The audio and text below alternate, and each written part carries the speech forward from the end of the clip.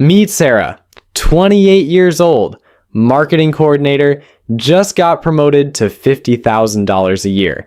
She celebrated by texting her mom, buying the fancy coffee creamer for the first time in her life, and allowing herself to believe that she'd finally made it, she'd climbed out, she was going to be okay.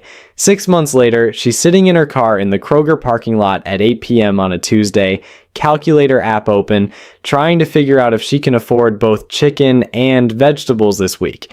Her checking account has $127 in it.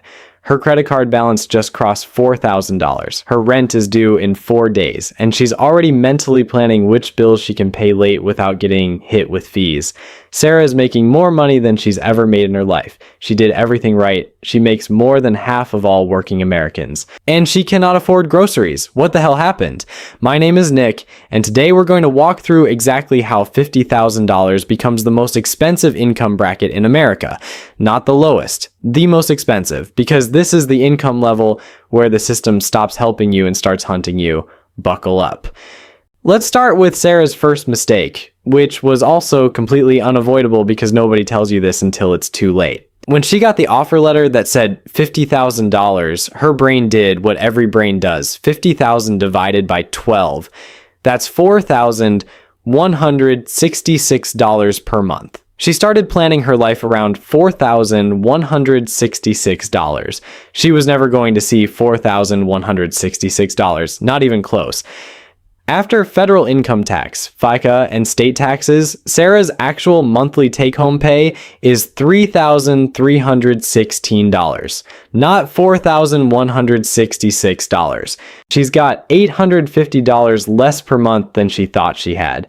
That's $10,200 per year that just evaporated between the number on the offer letter and the number in her bank account. And here's the truly cruel part. When Sarah gets a raise next year from $50,000 to $53,000, she's not getting $3,000 more in her life. She's getting $2,289 after taxes. Nearly a quarter of her raise disappears immediately to marginal tax rates.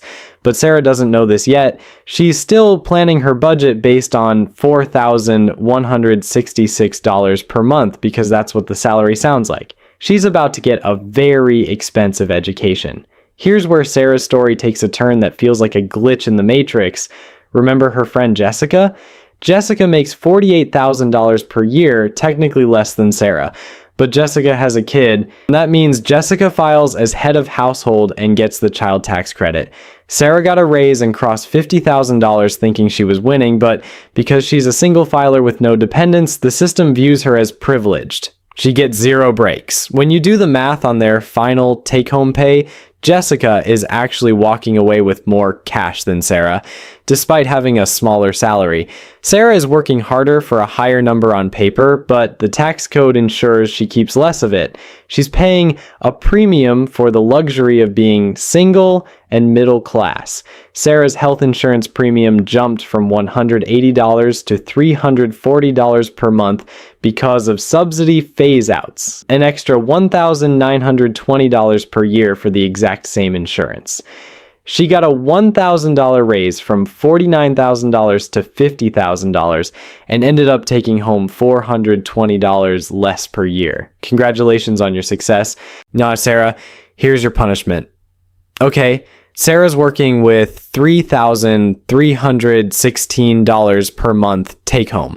Let's build her budget the responsible way, the way that's supposed to work. Housing, $1,150. Car payment on a 2022 Camry, $420. Insurance, $195.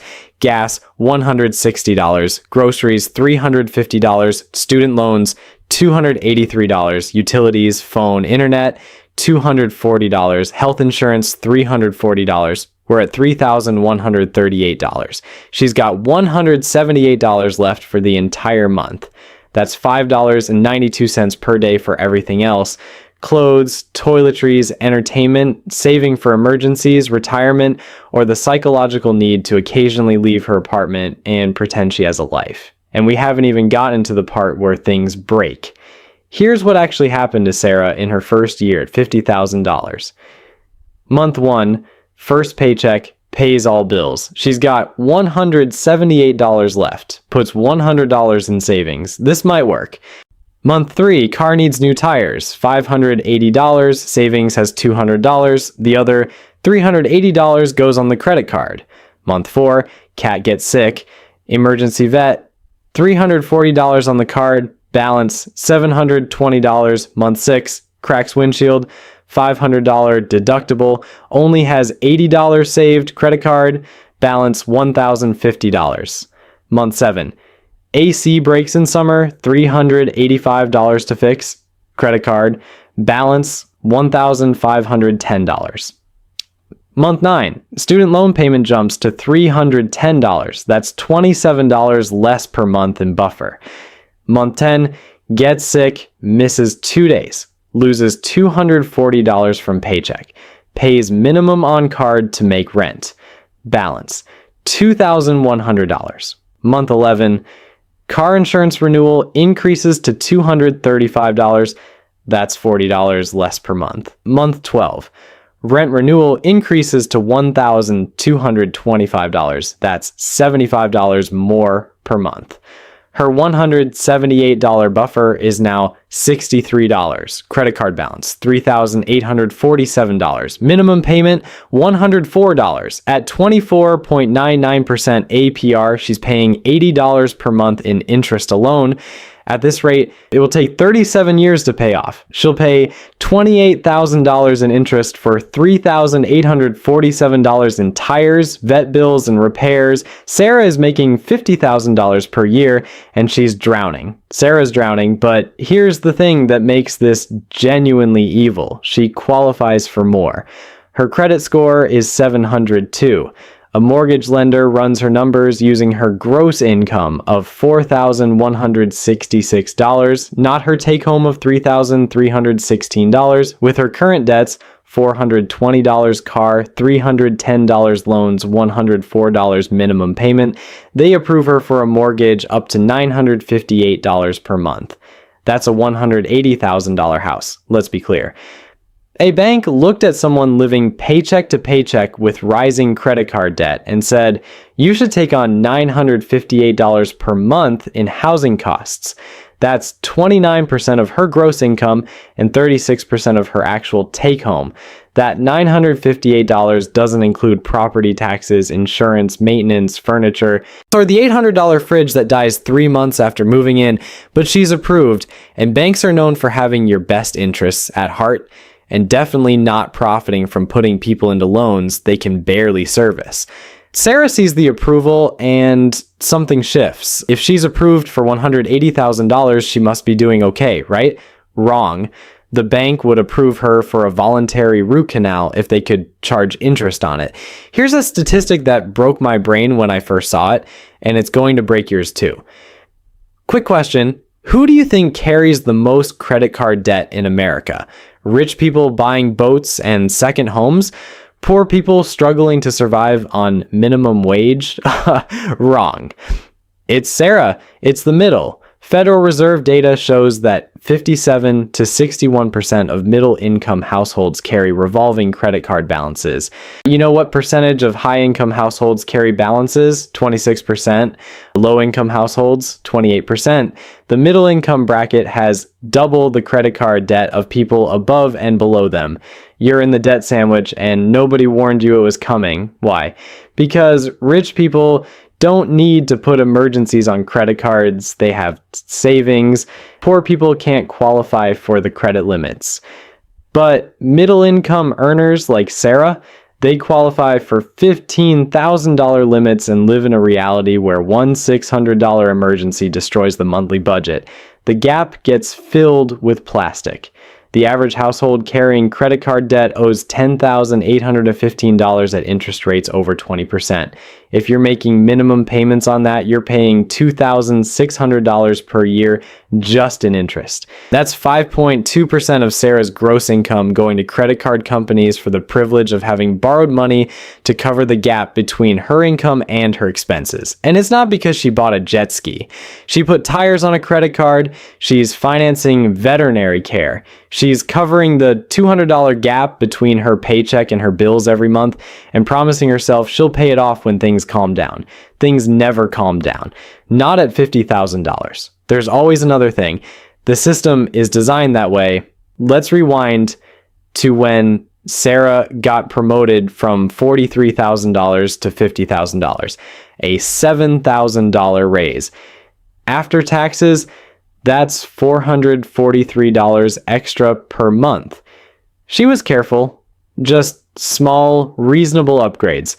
Nicer apartment, $180 more. Finance the Camry instead of fixing the Civic, $420 payment. Better phone plan, $25, gym, $40, nicer groceries, $60. Streaming services, $28, that's $753 per month. She got a $443 raise and spent $753 upgrading her life. This is lifestyle creep, financial Pac-Man, where every dollar you earn gets eaten by slightly nicer versions of what you already had. Studies show people spend 91% of raises within 12 months on lifestyle upgrades. Sarah got a $7,000 raise and has less money than at $43,000. At $50,000, you can either live like you make $50,000 or you can build wealth. You cannot do both. Sarah thought crossing $50,000 would give her control. That was the promise, right? Make decent money, have some breathing room, stop living in constant financial panic. And in some ways, it did. She can absorb an $800 car repair without complete catastrophe.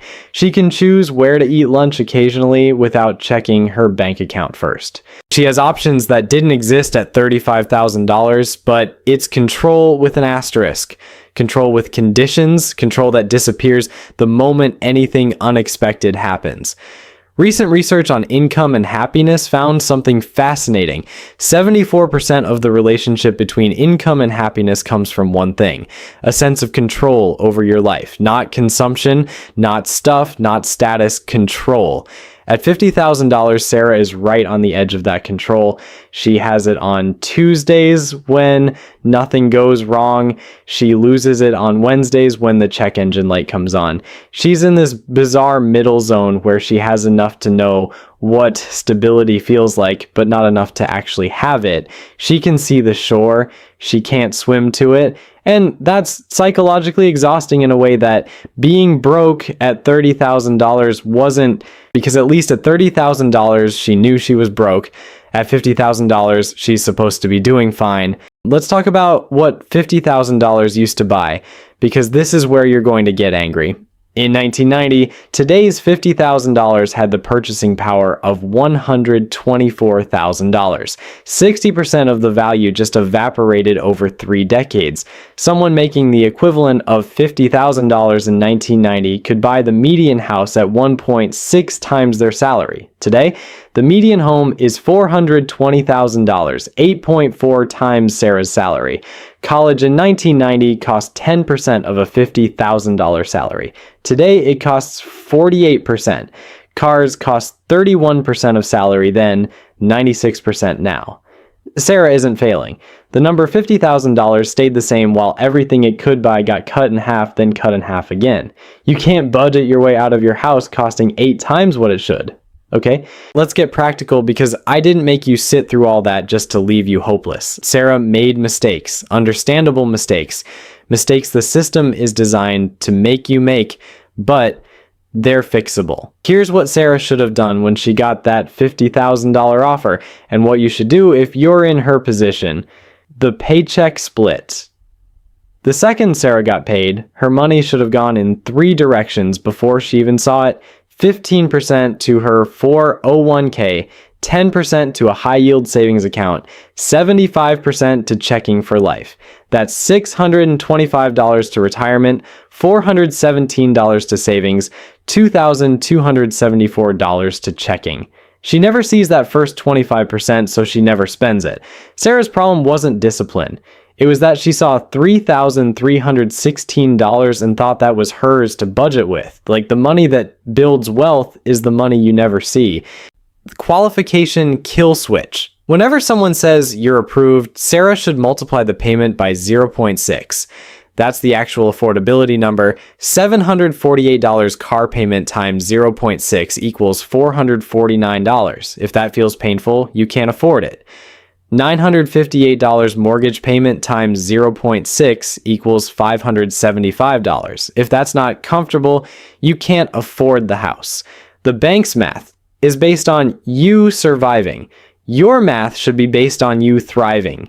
The bank doesn't care if you're eating ramen to make the payment. You should. The fake demotion, Sarah should live like she makes $38,000 even though she makes $50,000. That's not deprivation.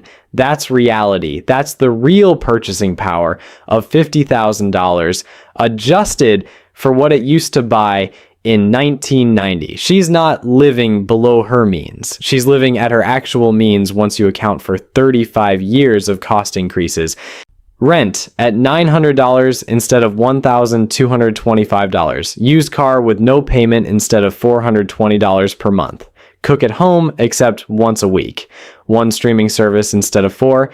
The $12,000 difference between living like you make $50,000 and living like you make $38,000, that goes to investments. That's $167,000 in 10 years at 7% returns. That's the difference between trapped and free.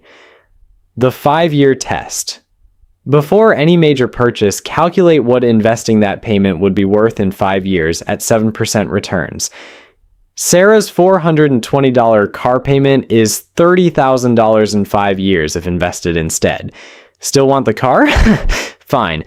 But you're not choosing between a car and nothing. You're choosing between a car and $30,000. Make the choice consciously. The replacement strategy. Sarah financed a $28,000 Camry. She should have bought a $1,000 Honda Civic with 70,000 miles. Is boring, reliable, paid in cash from saving for 8 months while keeping the old beater alive. The Camry costs her $420 per month for 6 years plus $195 in insurance. The Civic costs her $0 per month plus $130 in insurance. That's $485 per month difference.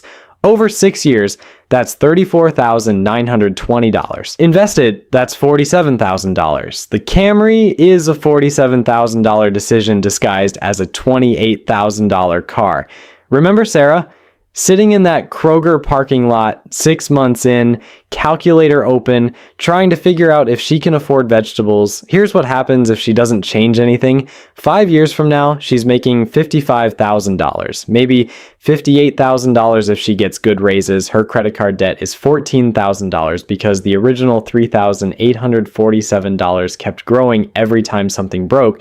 Her car is worth $11,000 and she owes $15,000 on it. Her retirement account has $6,500 in it because she could never afford to contribute more than the 3% match.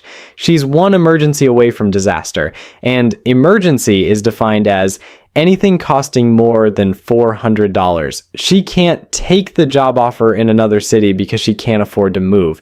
She can't quit the job she hates because she can't miss a single paycheck. She can't start a business or take a risk or do anything that might improve her life because every dollar is already spoken for before it arrives. She is not living. She's servicing debt and calling it adulthood. But here's what happens if she figures it out today. She sells the Camry, takes the hit on negative equity, buys a $10,000 Civic in cash from savings, and a small loan she pays off in 8 months. Pain now, freedom later. She moves to an apartment that's $275 cheaper, smaller, further from work, looks worse on Instagram, works better in reality. She automates 25% of her paycheck to savings and retirement before she sees it, lives on the 75% that remains. It's tight. She eats at home, she finds free entertainment, or she says no to things. For 2 years, it sucks. She's making $50,000 and living like she makes $35,000. Her friends don't understand. Her family asks if she's okay. Instagram makes her feel like she's failing at life. And then something happens. Year 3, she's got $28,000 invested.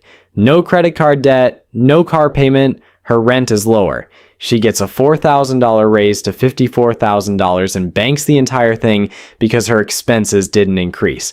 The $28,000 becomes $38,000. Year 5, she's making $58,000, living on $42,000, investing the $16,000 difference. Her accounts have $67,000 in them. She's not rich, but she's free. A company in another city offers her a job at $72,000. She can take it because she's not trapped by payments. She moves, keeps living like she makes $42,000, invests the rest. Year 10, she's making $85,000, still living on $42,000, has $240,000 invested. She's 38 years old and can quit her job tomorrow if she wants to. Not because she's wealthy, because she has options. That's not fantasy. That's math. The math of living on 75% of your income and investing the rest while everyone around you finances a lifestyle they can't afford. Everything changes after $50,000. You were right about that. You just didn't know it changes into a trap. You earn enough to lose the benefits that were keeping you afloat. You earn enough to qualify for debt that will drown you. You earn enough that society expects you to live a certain way, but you don't earn enough to actually afford that way, not even close. You're too rich for help and too poor for comfort, and you're standing in the exact income bracket where America's financial system stops helping you and starts hunting you. The banks will approve you. The apartment complexes will accept you. The car dealerships will finance you. Everyone will tell you yes, because they profit when you say yes. They don't profit when you understand the math and walk away. But here's what nobody tells you. There is no prize for living the $50,000 lifestyle on a $50,000 income. No trophy for being house poor or car poor or just generally poor while making decent money. The stress of barely making your payments every month will erase any pride you felt the day you got the raise. The real question isn't whether you can get approved for the house or the car or the lifestyle. The real question is whether that approval will give you the control you thought $50,000 would provide, or whether it will take the control away and leave you trapped for the next decade. Sarah's sitting in that parking lot because she said yes to everything she qualified for and no to nothing the system offered. She got approved and she thought that meant she could afford it. She couldn't. Neither can you. Not the way the math is set up. But you can do what Sarah's about to do. You can sell the car, move to the cheaper place, automate the savings, live on less, build the accounts, get the freedom back. It won't look impressive on Instagram. Your friends won't understand. It will feel like going backwards while everyone else moves forward. But in 5 years, you'll be free while they're still trapped. And in 10 years, you'll have options while they're still making payments. Everything changes after $50,000. You get to choose whether it changes for you or against you. Choose wisely.